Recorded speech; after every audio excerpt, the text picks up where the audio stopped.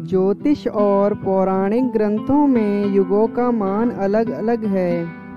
पौराणिक ग्रंथों के अनुसार 4 युग होते हैं: सतयुग, त्रेता युग, द्वापर युग और कलयुग। कहते हैं कि कलयुग में पाप अपने चरम पर होगा। वर्तमान में कली काल अर्थात कलयुग चल रहा है। ग्रंथों में इस युग में क्या क्या होगा या घटेगा यह लिखा गया है। यह भी है कि इस युग में जब कहीं भी प्रलय होगा तो सिर्फ हरि कीर्तन ही उसे बचाएगा। आओ जानते हैं कि कलयुग के संबंध में ग्रंथों में क्या लिखा है। सतयुग में प्रतीकात्मक तौर पर धर्म के 4 पैर थे। सतयुग में मनुष्य की लंबाई 32 फीट अर्थात लगभग 21 हाथ बताई गई है। इस युग में पाप की मात्रा 0 विश्वा अर्थात 0% होती है। पुण्य की मात्रा 20 विश्वा अर्थात 100% होती है। राजा हरिश्चंद्र इस युग में हुए।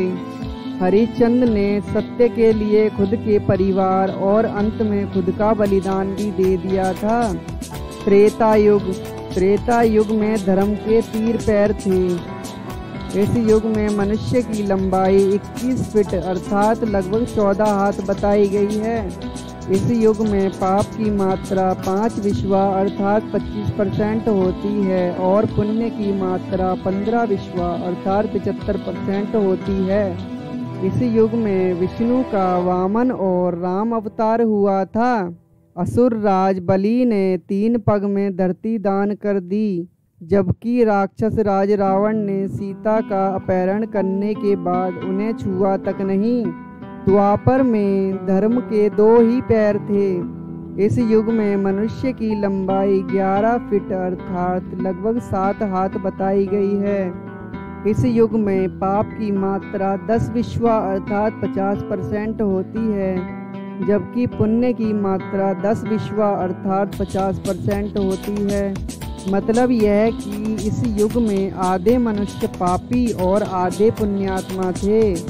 इसी युग में महाभारत का युद्ध हुआ था। यह युद्ध धर्म युद्ध ही था। कृष्ण ने धर्म की रक्षा की थी। कलयुग द्वापर में 2 पैर और अब कली काल में धर्म के पैरों का कोई नामो निशान नहीं है। धर्म अब पंगु बन गया है। इस युग में मनुष्य की लंबाई 5 फीट 5 इंच अर्थात लगभग 3.5 हाथ बताई गई है। इस युग में धर्म का सिर्फ 1/4 अंश ही रह जाता है। इस युग में पाप की मात्रा 15 विश्वा अर्थात 75% होती है, जबकि पुण्य की मात्रा 5 विश्वा अर्थात 25% होती है। लेकिन वर्तमान में देखा जा रहा है कि कली काल अपने चरम पर है। यह जो 25% पुण्य की मात्रा बताई गई है, यह अब कहीं भी नज़र नहीं आती। महज 5% ही पुण्य कहीं बचा होगा। अब तो चारों तरफ ही पाप नजर आता है।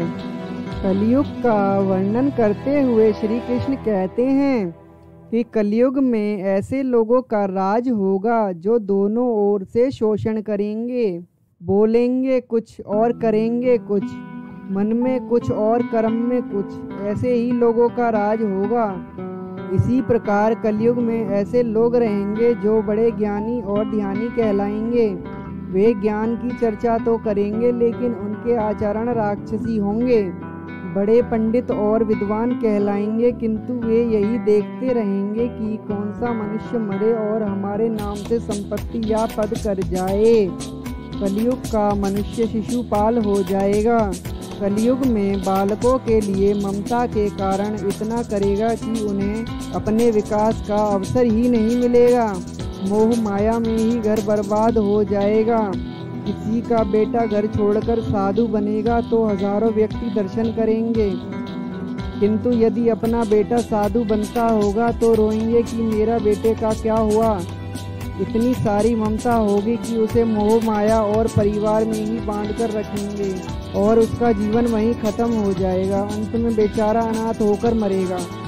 कलयुग में धनाढ्य लोग लड़के लड़की के विवाह में, मकान के उत्सव में, छोटे बड़े उत्सवों में तो लाखों रुपए खर्च कर देंगे, परंतु पड़ोस में ही यदि कोई भूखा प्यासा होगा तो यह देखेंगे कि उसका पेट भरा है या नहीं। उनका अपना ही सगा भूखा से मर जाएगा और वे देखते रहेंगे।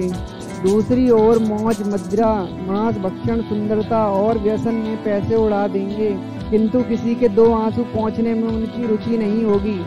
कलयुग में मानव का मन नीचे गिरेगा, उसका जीवन पतित होगा। यह पतित जीवन धन की शिलाओं से नहीं रुकेगा, ना ही सत्ता के वृक्षों से रुकेगा, किंतु हरि के नाम के एक छोटे से पौधे से, हरि कीर्तन के एक छोटे से पौधे से मनुष्य जीवन का पतन होना रुक जाएगा।